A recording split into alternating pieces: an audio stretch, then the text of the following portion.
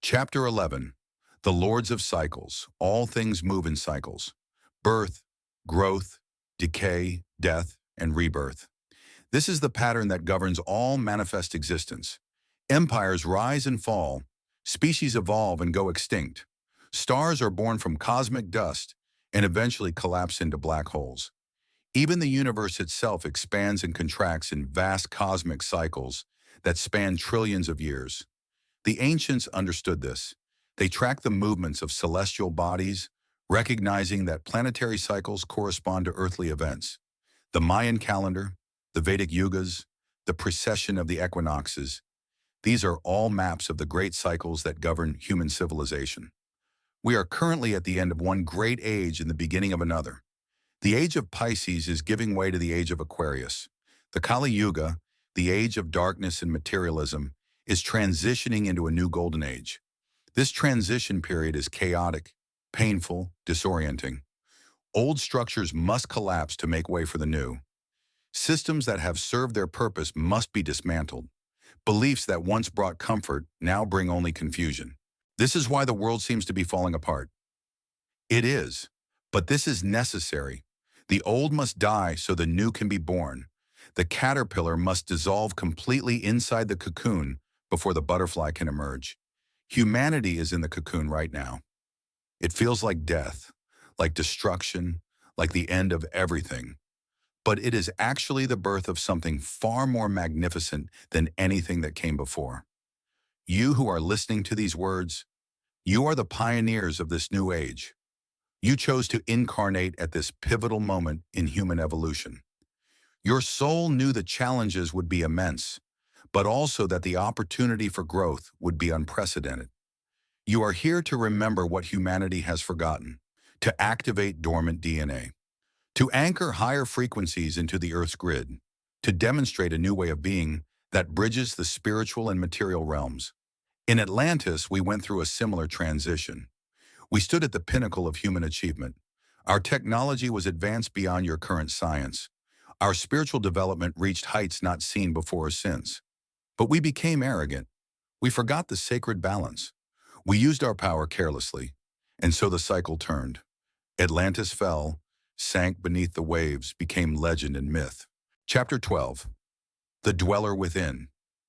Deep within you, beneath all the layers of conditioning and programming, beneath the ego and the personality, there dwells an eternal being.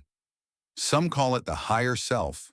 Others name it the I Am presence, the God within, the inner guru. The Hindus call it Atman. The Buddhists speak of Buddha nature. In Atlantis, we knew it as the divine spark. This inner being is your true self. It is not separate from you. It is you, the real you, the eternal you that exists beyond all illusions of separation. It knows everything. It has perfect wisdom. It is connected to all consciousness in the universe. The voice of intuition you sometimes hear, that is the dweller within speaking to you. The sudden insights that seem to come from nowhere, that is your higher self communicating through the veils. The sense of being guided, protected, watched over by some benevolent force, that is not an external deity. That is your own divine nature caring for your human expression. But most humans are completely disconnected from this inner presence. Their awareness is trapped in the surface mind, lost in thoughts and emotions, identified with the temporary personality. They live their entire lives never knowing their true nature, like amnesiacs who have forgotten they are royalty. The path of awakening is the journey of remembering, of shifting your identity from the small self to the true self, of recognizing that you are not the wave, you are the ocean, not the ray, you are the sun. In Atlantis, we had initiation ceremonies designed to facilitate this remembering. The candidate would be placed in the sarcophagus within the king's chamber of the Great Pyramid.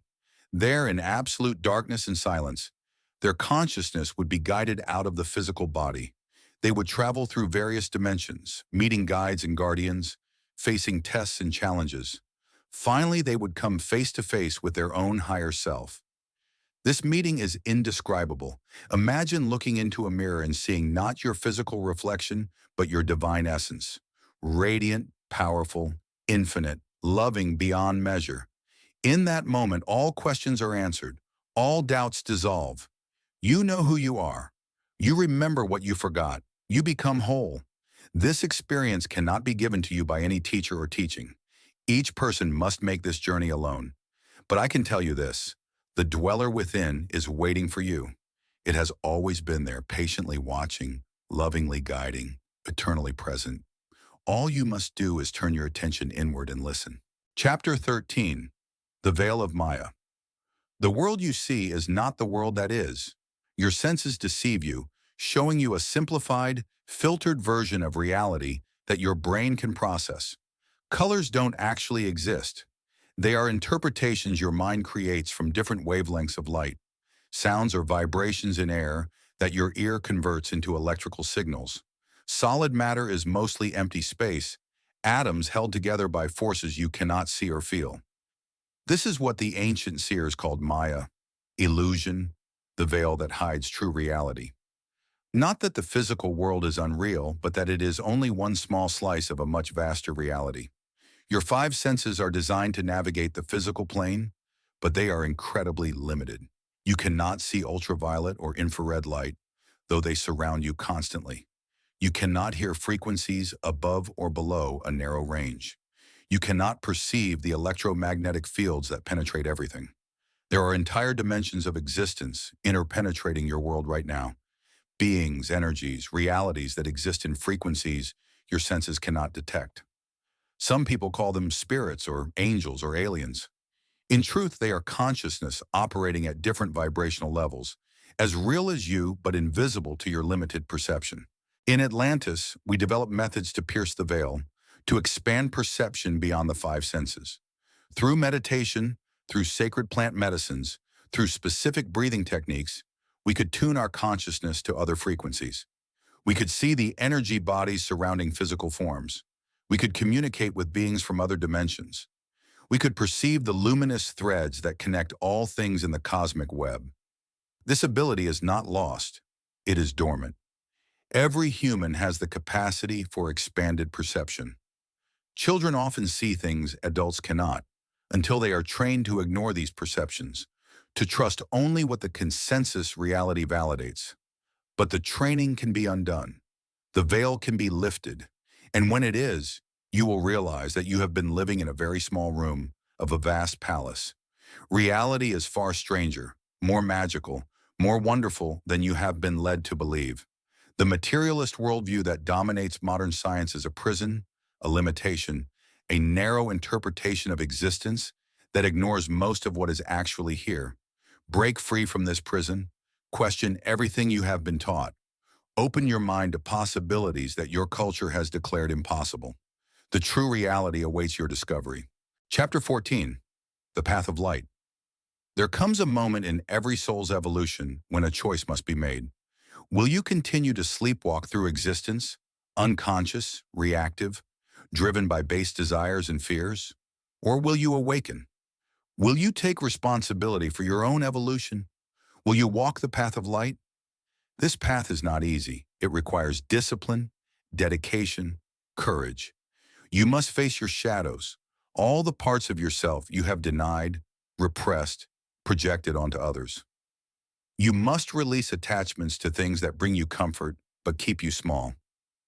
You must be willing to stand alone, to be misunderstood, to walk a different road than the masses. The rewards, however, are beyond measure. As you walk this path, you discover capacities within yourself you never imagined. You develop intuition that guides you flawlessly. You manifest synchronicities that prove the universe is responding to your consciousness. You experience states of bliss and peace that make all worldly pleasures pale in comparison. In Atlantis, the path of light was formalized into a system of initiations. Students would study for years, mastering their minds, purifying their emotions, strengthening their wills.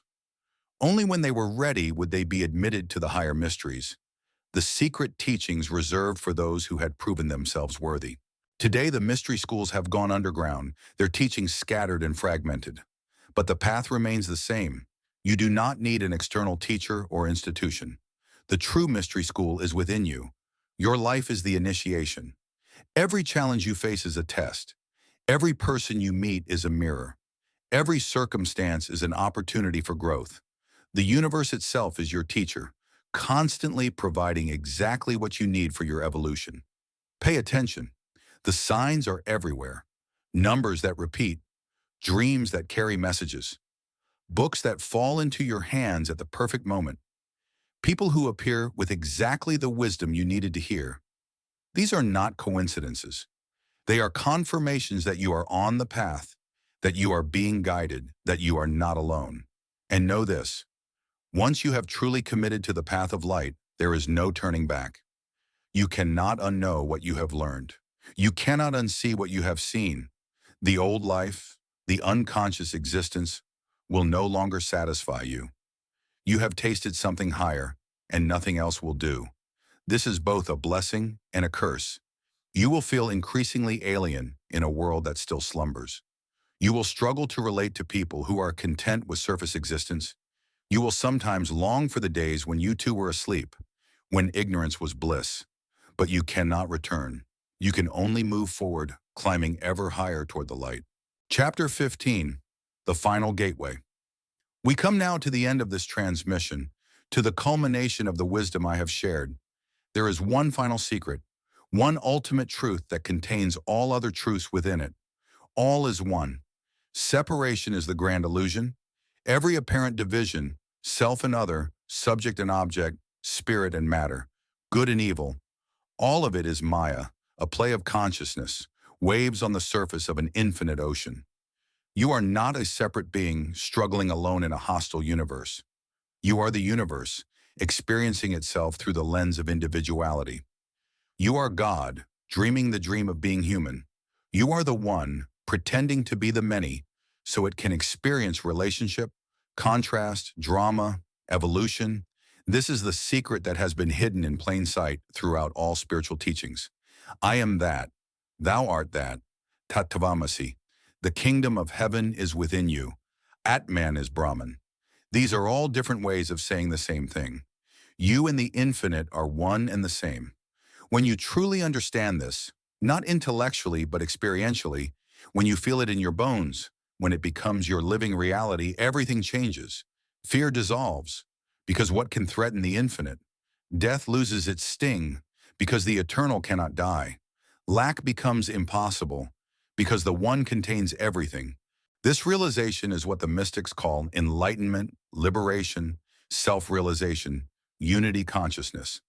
It is the goal of all spiritual paths, the destination of every seeker's journey. In Atlantis, those who achieved this state became the illuminated ones, the twice-born, the masters. They could perform what you call miracles because they understood that the laws of nature are not fixed. They are habits of consciousness that can be transcended. They could heal with a touch because they knew that all bodies are one body. They could read minds because all minds are one mind. They could move mountains with faith because consciousness shapes reality. You have this same potential within you. Every human does. This is your birthright, your destiny, your true nature waiting to be claimed. The only thing standing between you and this realization is the belief in your own limitation. Let go of that belief. Release the identification with the small self. Expand your awareness beyond the boundaries of body and mind. Merge with the infinite, and in that merging, discover that you were never separate. You were always the one, playing a magnificent game of hide and seek with yourself. I am Thoth. I have spoken the truth as I know it. The Emerald Codex is now complete. The keys have been delivered. What you do with this knowledge is up to you. Use it wisely, use it well, and may you remember what you truly are. May all beings awaken to their true nature. May all separation dissolve into unity. May the light of consciousness illuminate all darkness. So it is, so it shall be, so it has always been. The circle is complete. The teaching is done. Go now and create the new world.